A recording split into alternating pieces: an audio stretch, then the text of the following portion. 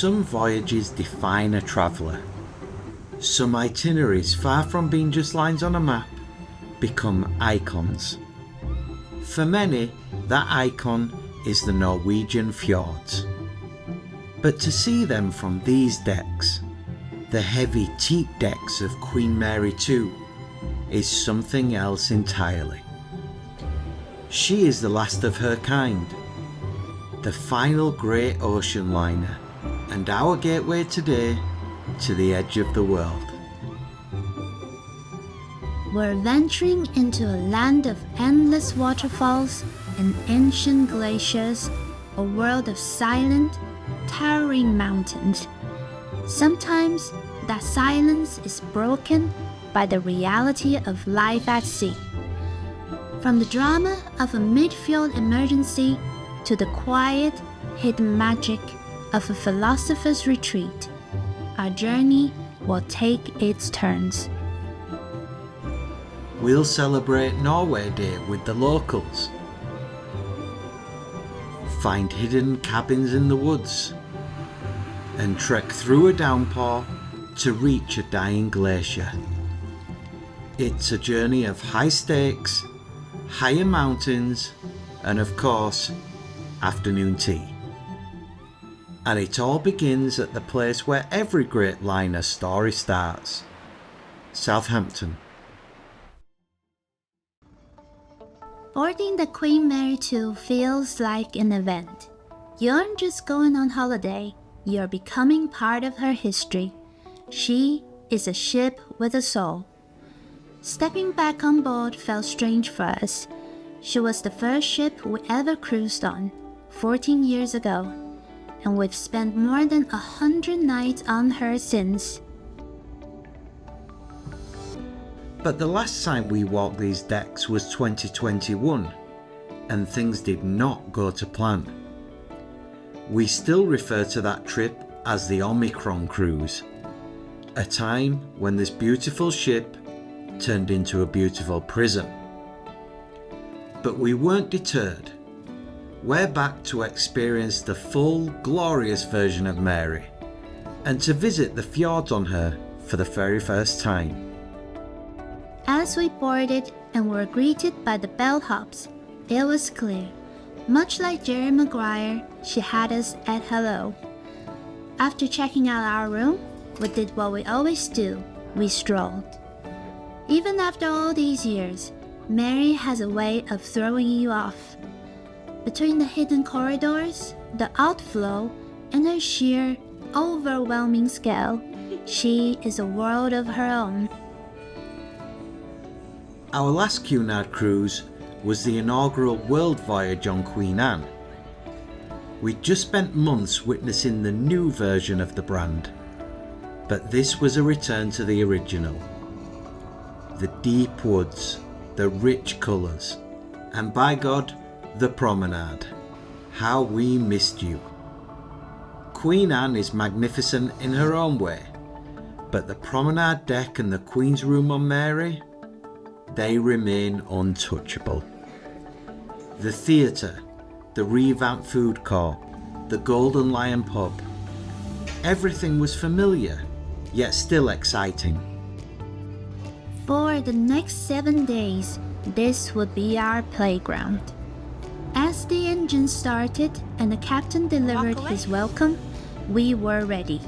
Ready for a new adventure, and ready to reacquaint ourselves with an old friend. On that first night, we kept it chill. Instead of heading to the Britannia restaurant, we hit King's Court for fresh pizzas and pasta. Hello. Tomorrow will be our first full day on board, and we went to bed ready for the journey to come.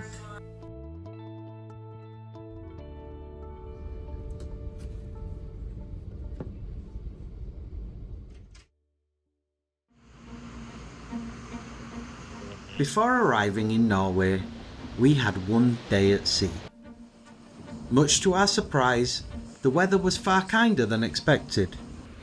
The North Sea can be a wild, windy ride, but today was sunny, calm and clear. It was a perfect day for steaming towards Scandinavia. This is where the promenade deck really shines. Whether you're taking in the views from the heat of a hot tub, through the window in the lounge, or in our case, breathing in the fresh sea air on deck, there are no bad options. The rigs on the horizon are a reminder that civilization is still out there, but on Mary, it feels like you're in your own private roaming retreat. We hit Corinthia for coffee, then the Golden Lion for a pub lunch, sitting in chairs that made us feel like we were at the Red Wedding. Between every stop, we explored, we reminisced, and we let the adrenaline of everyday life dissipate. We didn't think we'll be back so soon, will we? No. The last time we were on here was Omicron Cruise.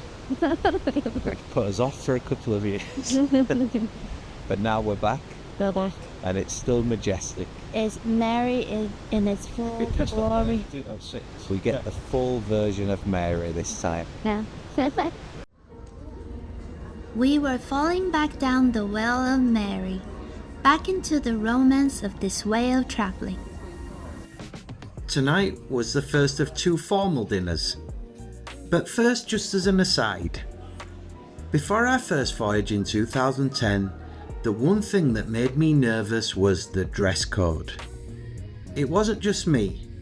Even now our DMs are full of people worried about what to wear. So here's the deal. Enjoy it. If you don't want to wear a suit, cool. Hit the pub, the buffet, or grab a cocktail in Corinthia. It's all good. But if you want to truly experience the magic of Queen Mary 2, lose the sneakers for one night. Ditch the baseball cap. Travel back to an era where the real players rock suits and cuffs rather than rare kicks. You are Mary's guest. Sometimes it's nice to dress as she does, with class and effort.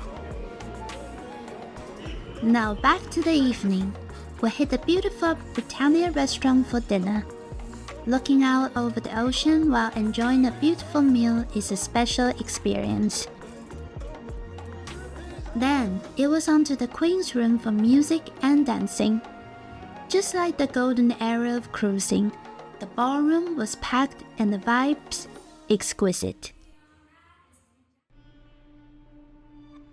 The following morning we arrived in Stavanger, but this was no typical Sunday. It was the most important day on the Norwegian calendar, Syttende Mai.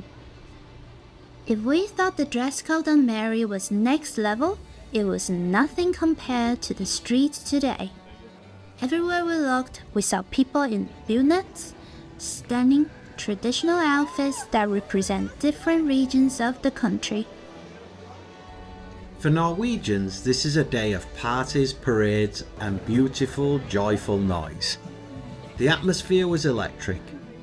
Bars were overflowing, flags were waving at every turn, and the whole city was in blue. We made our way through the portside paths, just taking in the day. All the while, Queen Mary 2 sat at her berth, blending into the scenery like a massive, beautiful building. Because it was a national holiday, most restaurants were fully booked. So we used the ultimate backup plan.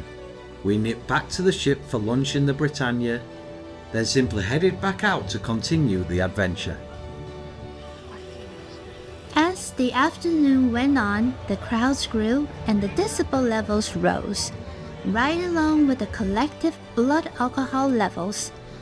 We got lucky to arrive on this specific day and see Norway during one of her happiest moments. Day 1 ashore, a total success.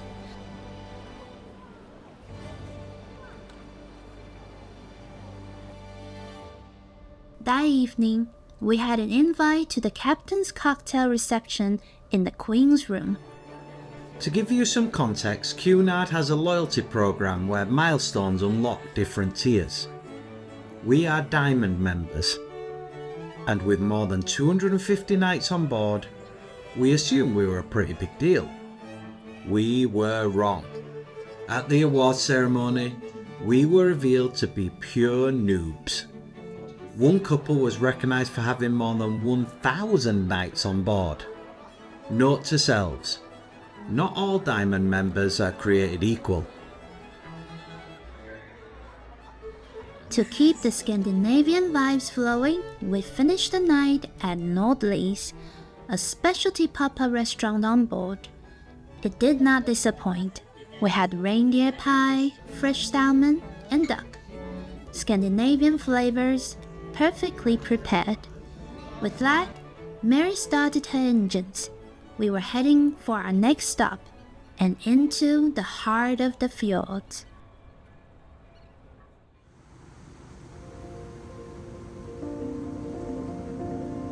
Oh my god, the water is...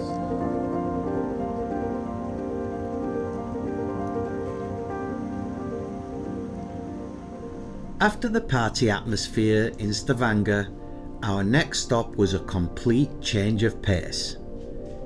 We had 3 land days planned for this stretch of the trip. Day 1 was a party, day 3 was to be a mission, but this day, our second, was to be pure spontaneity.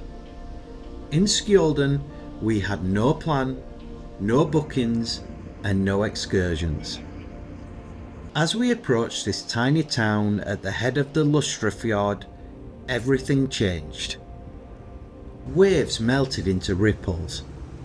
Oceans became fjords. Even the colour of the water transformed, as if illuminated from below. Of course, science will tell you that this is glacial meltwater combining with salt, algae and minerals, but that's far too technical. I prefer to think of it as the lights on the dance floor changing. It was time for a change of mood.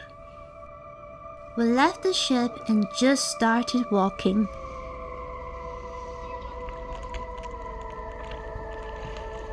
Take a left into town, or a right toward what looked like forest and waterfalls? Yep, that's the right turn. As our steps increased and we moved further away from the ship, we realized we'd made the right decision. We were now fully into the nature of Norway.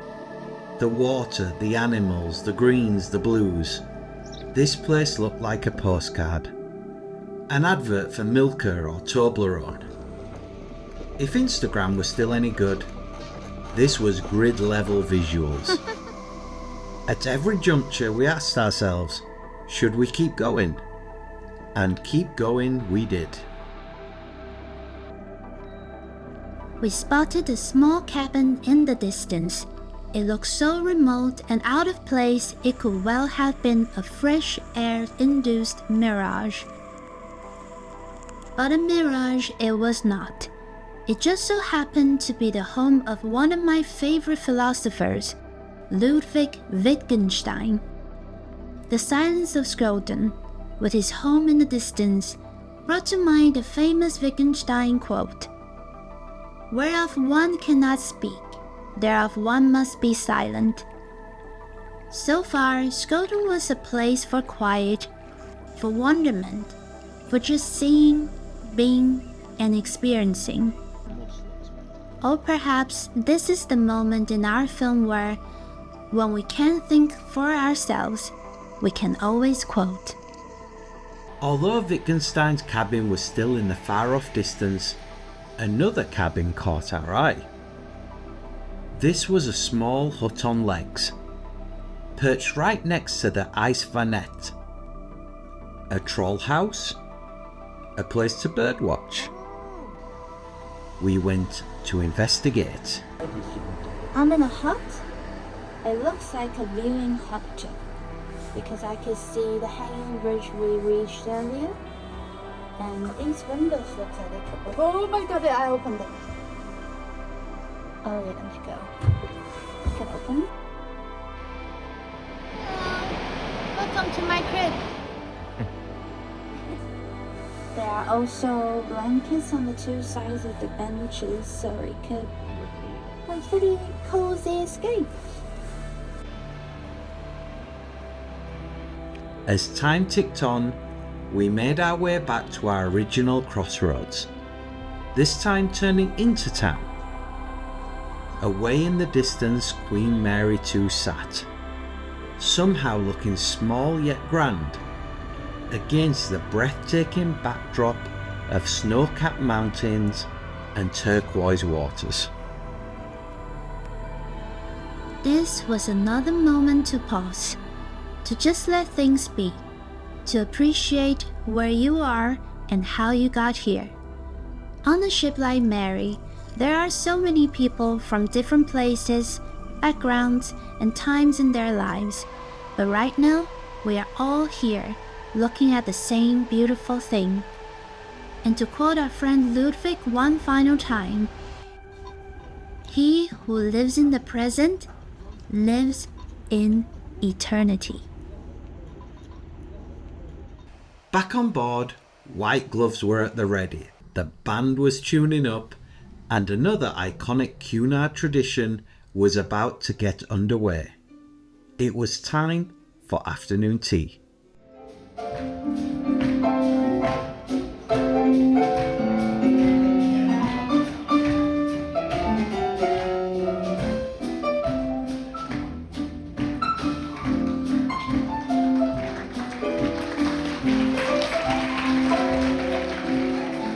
Across England, and these days the world, there are many ways to experience this ritual. Maybe it's with a modern twist at a cool coffee shop, or at a place like Betty's for a special occasion. But let's be real, afternoon tea on Queen Mary 2 hits different. It's an experience so simple, yet still magical. It's not just about the food, the music, or the wide-style service. It's the combination of all these elements. It elicits such strong feelings of history, of tradition, of a different era. In a world so perpetually intense, stressful, and divided, the Queen's Room transports you. It's a world where tea, sandwiches, and cake take priority over the trivial matters of the day. I'm sure there's a lesson there for us somewhere, but for today, there's been enough philosophy. Now we simply drink, eat, and enjoy. As we left our berth, we took one more moment to take it all in from the comfort of the promenade deck. Skjolden, it was a pleasure. But now we must rest. Tomorrow we have a mission. Instead of just looking up at the glaciers, it's time to look down from one. It's time to climb a mountain.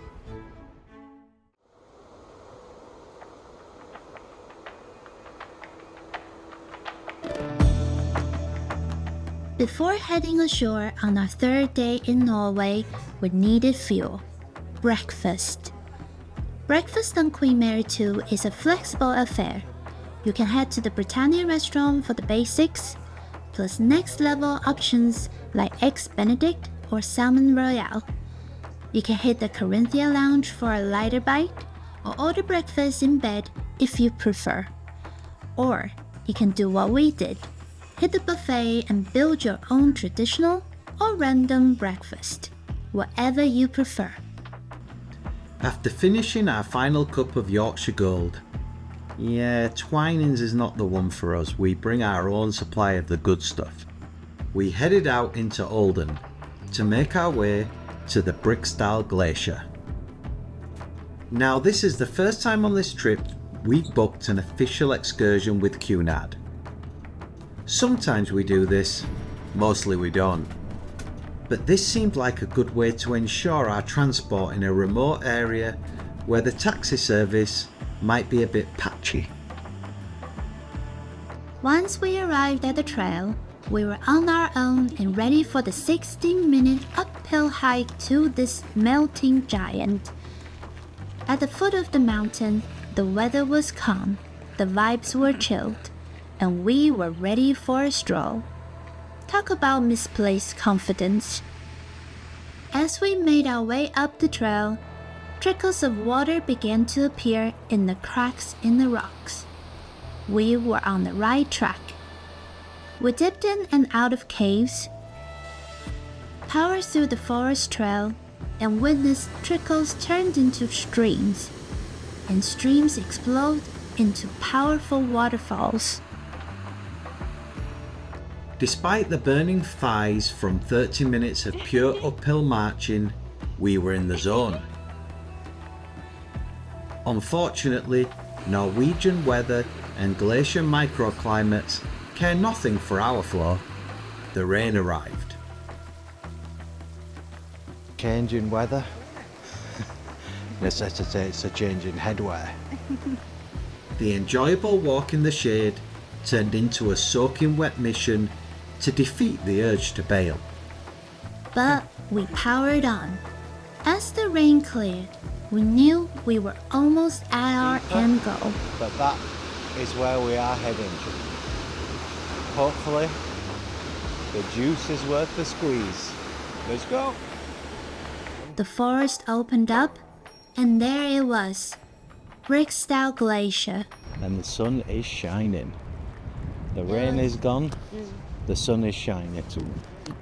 So We made it up here and it's sunny.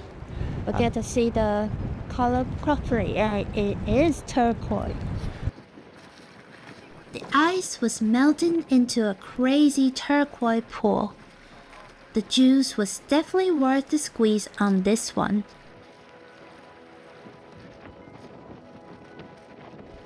We were overcome with a childish impulse to just splash in the water, play with rocks, and watch the ice giant flow down the mountain. It was mesmerizing. Ice that has been there for thousands of years, making its way past us, through our fingers, to join the lakes below. It's easy to feel small in these moments, just like being part of Mary's history. We are now part of Briksdal's, however fleetingly. After the obligatory summit selfie, we headed back downhill as the rain arrived once again. However, getting soaked while walking downhill is definitely preferable to the alternative. Arriving at base camp, the sun returned as we began to dry off. We grabbed tea and cake. 20,000 steps and 54 floors later, mission accomplished. Back in Olden, the local supermarket provided one final opportunity to grab Norwegian chocolates and sweets for our family back home. Then it was time for another stunning sail away. On a journey like this, you have to regularly check yourself. How many incredible waterfalls do you have to see before you stop being amazed? When you see beautiful view after beautiful view, when do you start to scroll on your phone instead? You cannot get complacent on a fjords cruise. Try to soak in every day. Stare at every amazing view. Don't sit on your phone. I hear many people talk about digital detoxes and unplugging. If you want this, we must play our part. Appreciate the moment in time, the place in the world, and just continue to be amazed. In life, you never know what is around the corner. And the following morning, we would feel this in very real terms. Our next day in the fjords was spent on board for what was phrased as scenic cruising through Hardanger Fjord. But as the sun rose, in a very rare occurrence, our captain began to broadcast directly into our stateroom. One of your fellow guests is in need of some urgent medical attention ashore. To that end, I've been in contact with the local Maritime Rescue Coordination Centre, and it has been decided that this guest will be disembarked via helicopter. In order for this to occur safely, and the reason for this broadcast, is that I will need everyone's cooperation. For the duration of this operation, all open decks will be closed. Please stay within the internal parts of the ship, and please do not venture out onto your balcony. Please also ensure your balcony door is closed and secured. This was a stark reminder. It was a moment to appreciate where we were, but also a glimpse into the realities of life on board. The Queen Mary 2 is an icon, a ship with a history that inspires nostalgia and adventure, but she is also a living, breathing community. Things go wrong, emergencies arise. In moments like this, the boring words matter: safety, rules, and procedure. Hearing the helicopter blaze above added a layer of reality to the romance. Thankfully, our fellow passenger was successfully picked up, and Mary continued on her way. Our day wasn't just about staring from the deck. It was a chance to re-explore the ship and experience her in her element. The daily programme mentioned the Hardanger system, but the reality was even better. We were heading deep into the stunning Hardanger Fjord. Here the waterfalls are so close, they flow directly into the same water we occupy. Now we could talk about the history of this valley, or the fact that travellers have dreamed of this view for hundreds of years. Or we can just marvel at the fact that Queen Mary 2 not only brought us here, but then performed a full 360-degree turn at the very end of the fjord. I don't know what amazed me more, the ancient view or the modern engineering. On a day like this, you just take it all in. Inside, a full program was underway. This is where our paths diverged, and that's the beauty of a ship this size. I attended an art talk and went to investigate the ballroom dance class in the Queen's room. I didn't join the lesson this time, even though we said we would try. I shall blame this on the glacier legs. I headed to Illuminations for a talk on dark matter. It was great, even if about 85% of it went over my head. And yes, for the science nerd, that is a dark matter joke.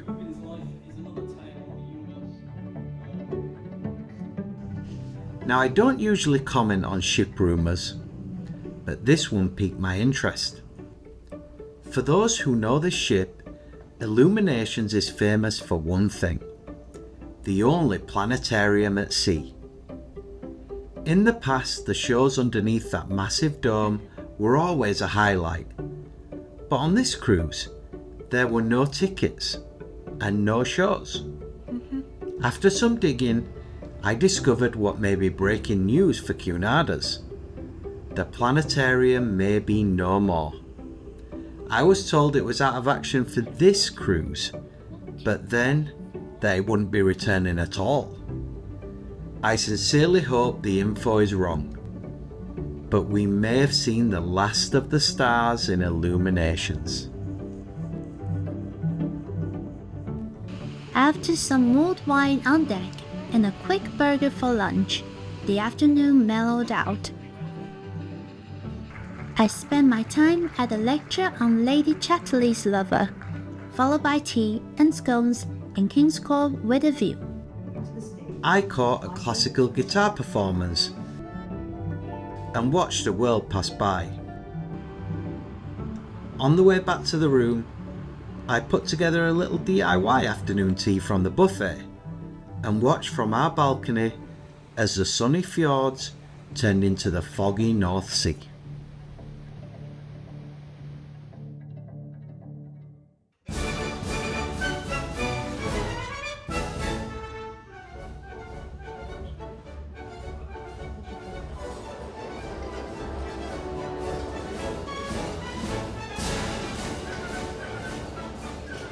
Our penultimate night was the second formal night.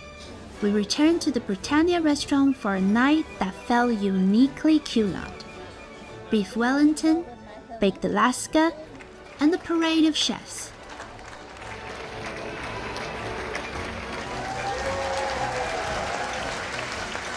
After a whistle-stop tour of the evening shows and the Corinthia Lounge, we ended the night in the Commodore Club. It was a packed day, a beautiful day, but one that started with a reminder: live every moment you can.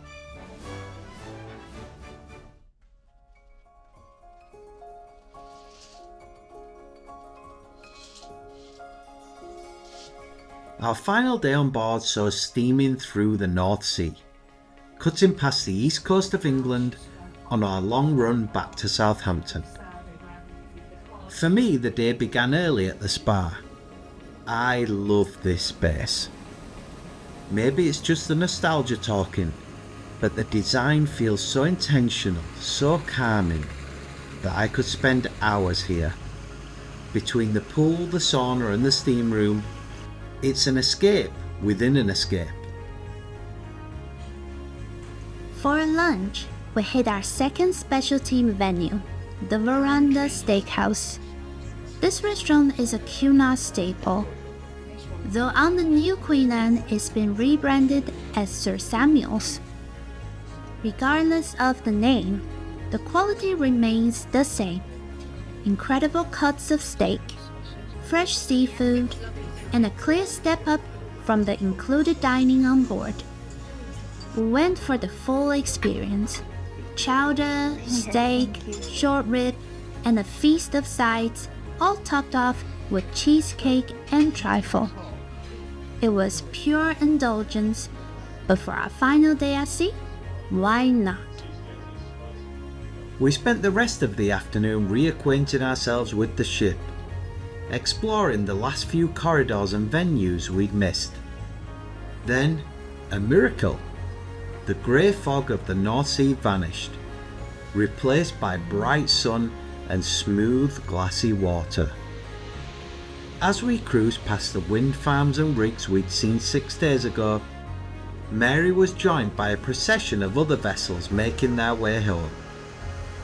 In those tranquil waters, it was impossible not to reflect on the journey, and on Mary herself.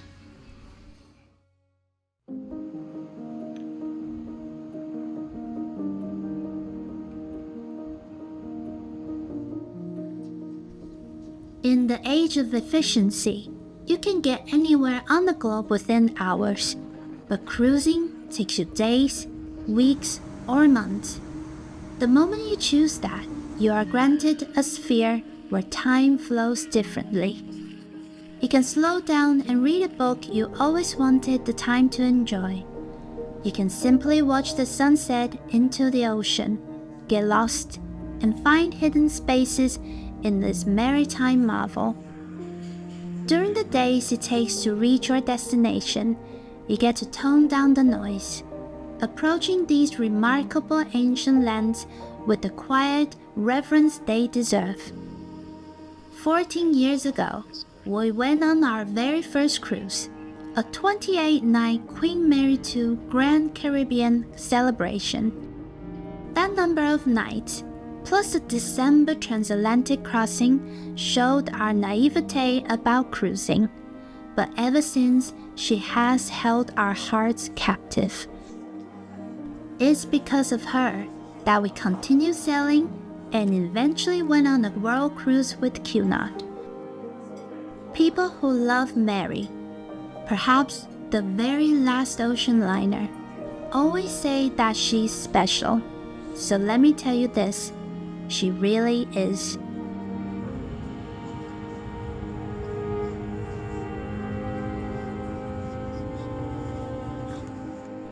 For me, this felt a bit like a redemption cruise on Mary. The last time we were on here, Omicron hit. We were locked on board, looking out onto islands with everything on the ship at a standstill. I vowed to leave Mary as a distant cruise memory, but I'm so glad I didn't stick to my guns on that one. Getting back on board this time immediately reminded me of the magic of this ship. Sure, some parts of her are rough around the edges now. She's been sailing 23 years across the world.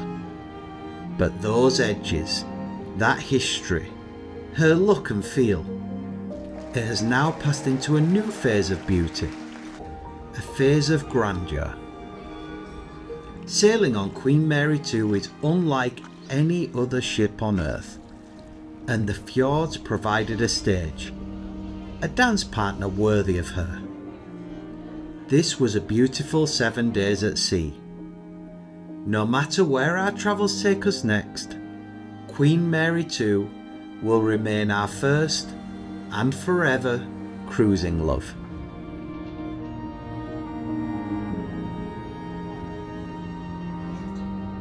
We hope you enjoyed this film as much as we enjoyed making it.